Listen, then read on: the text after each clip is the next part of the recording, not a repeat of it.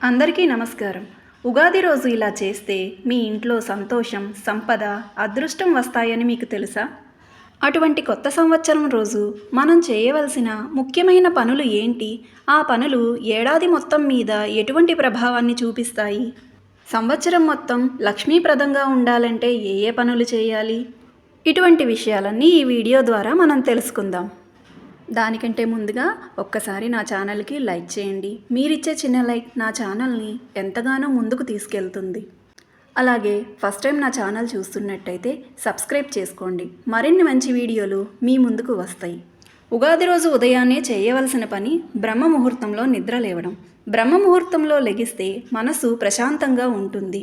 ఈరోజు ఎలా ప్రారంభిస్తే సంవత్సరం కూడా అలాగే ఉంటుంది. కాబట్టి ఆలస్యంగా లేవడం కాకుండా త్వరగా లేచి పాజిటివ్గా రోజును మొదలు పెట్టండి. ప్రతిరోజు ఎంత లేటుగా లెగిసినా పర్వాలేదు, కానీ ఉగాది రోజు మటుకు ఉదయాన్నే లేవాలి. ఇక రెండవది అభ్యంగన స్థానం. తలకి, శరీరానికి నువ్వుల నూనె రాసుకొని సున్నుపిండితో నలుగు స్నానం చేయాలి. ఇది శరీరానికి శక్తిని ఇస్తుంది. శరీరంలో ఉన్న దోషాలన్నీ పోతాయి. పాత కష్టాలు కూడా పోయి కొత్త జీవితం మొదలవుతుందనే సంకేతంగా ఈ స్నానాన్ని మనం చేయాలి.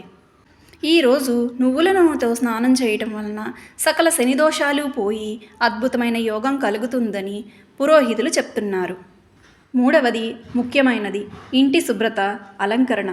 ఉగాది ముందు రోజు ఇంటిని శుభ్రం చేసుకుంటారు. అలాగే ఉగాది రోజున కూడా ఇంటిని లక్ష్మీదేవిని ఆకర్షించేలాగా అలంకరించుకోవాలి. గుమ్మాలకు మామిడి తోరణాలను కట్టాలి.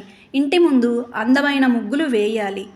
పసుపు కుంకుమలతో అలంకరించిన గడపను చూస్తే లక్ష్మీదేవి అక్కడే తిష్ట వేసుకుని కూర్చుంటుంది.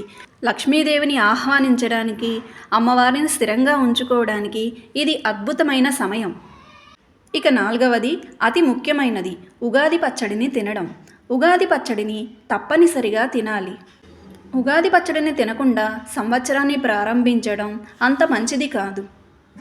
ఈ ఉగాది పచ్చడి తినడం వలన జీవితంలో సంతోషం, దిగులు, బాధ, దుఃఖం, మంచి, చెడు అన్నీ నేర్పిస్తుంది. కాబట్టి ఈ పచ్చడి తినటం వలన వీటి ద్వారా వచ్చే దోషాలను కూడా ఉగాది పచ్చడి మన నుండి తీసివేస్తుంది. ఇందులో ఉండే 6 రుచులు 6 సంకేతాలు. అందులో మొదటిది తీపి. తీపి సంతోషానికి ప్రతీక. రెండవది చేదు. చేదు బాధకి సంకేతం. మూడవది పులుపు. పులుపు ఆశ్చర్యానికి సంకేతం. నాలుగవది కారం. కారం మనలోని కోపానికి సంకేతం. ఐదవది ఉప్పు. ఉప్పు మనలోని ఆసక్తి. వగరు భయం, మనలోని భయాన్ని తీసివేస్తుంది. ఇలా మన జీవితంలో ఉండే అన్ని భావాలను ఒక్క ఉగాది పచ్చడి ద్వారా మనకు తెలియజేస్తుంది ఈ పండుగ. ఈ ఉగాది పచ్చడిని మనం తినడంతో పాటు మన చుట్టుపక్కల వారికి కూడా పంచుకోవటం వలన సకల శుభాలు నెరవేరుతాయని చెప్పి పండితులు చెబుతున్నారు. ఇక ఐదవది దేవుడికి పూజ చేయటం. ఈ రోజున ఏ దేవుణ్ణి ప్రత్యేకంగా పూజించాలి, ఎవరిని పూజించాలి అనే సందేహం చాలామందికి ఉంటుంది. ఈ రోజున మొదటి పూజ ఎప్పుడు విఘ్నేశ్వరుడికి చెందుతుంది. గణపతి పూజతో మనం ప్రతి విషయాన్ని మొదలు పెట్టుకుంటాం. అటువంటిది సంవత్సర ఆరంభం కాబట్టి ముందుగా గణపతిని పూజిస్తాము. ఆర్థిక అభివృద్ధి కోసం, ఆర్థిక స్థిరత్వం కోసం లక్ష్మీదేవిని పూజిస్తాము. లక్ష్మీదేవితో పాటు శ్రీ మహావిష్ణువు పూజ కూడా చేసుకుంటాము. అలాగే ఈ రోజున కలిపురుషుణ్ణి స్మరించుకోవాలి. అలా స్మరించుకోవటం వలన కాలాన్ని కూడా మనం స్మరించుకున్నట్టు అవుతుంది. అలాగే ఈరోజు చదవగలిగిన వాళ్ళు పురుష సూక్తాన్ని చదవండి.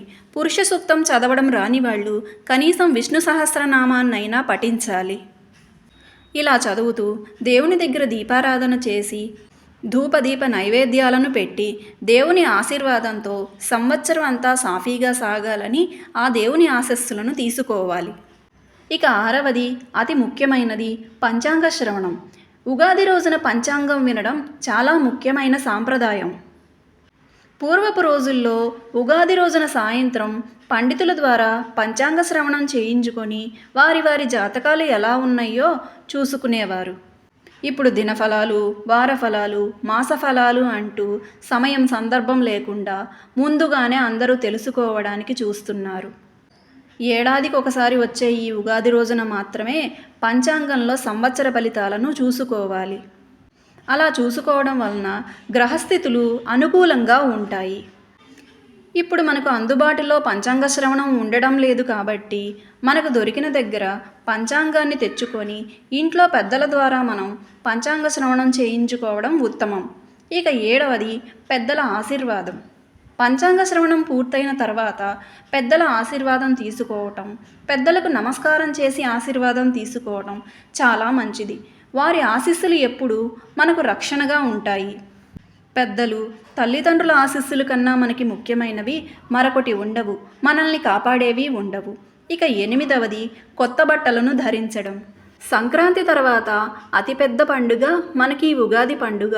ఈ రోజున తప్పకుండా కొత్త బట్టలను ధరించాలి. పిల్లలు, పెద్దలు కొత్త బట్టలు వేసుకోవటం చాలా శుభప్రదం. ఇది కొత్త ఆరంభానికి కూడా సంకేతం. 9వది దాన ధర్మాలు చేయటం. పేదవారికి ఆహారం పెట్టడం, బట్టలను, డబ్బులను ఇవ్వటం కూడా చాలా పుణ్యప్రదం. ఈ రోజున కనీసం చిన్న దానమైనా చేయాలి. మీకు అందుబాటులో ఉంటే ఆవులకు గ్రాసాన్ని, ఆకుకూరలను తినిపించాలి. కుక్కలకు బెల్లంతో చేసిన రొట్టెలను పెడితే ఎంతో మంచిది. రోజు మొత్తంలో మీరు వండుకున్న పంచభక్ష పరమాన్నాలలో కేవలం కనీసం ఒక్కరికైనా ఆహారాన్ని పెట్టడం ఎంతో ముఖ్యం. ఇలా చేయటం వలన ఏడాది మొత్తం దాన ఫలితం లభిస్తుంది.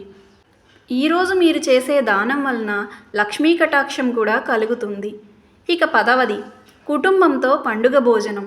ఉద్యోగాలని, వ్యాపారాలని, చదువులని ఒకరితో ఒకరికి సంబంధం లేకుండా ఒక్కొక్కరుగా భోజనాలు చేస్తూ ఉంటున్నారు.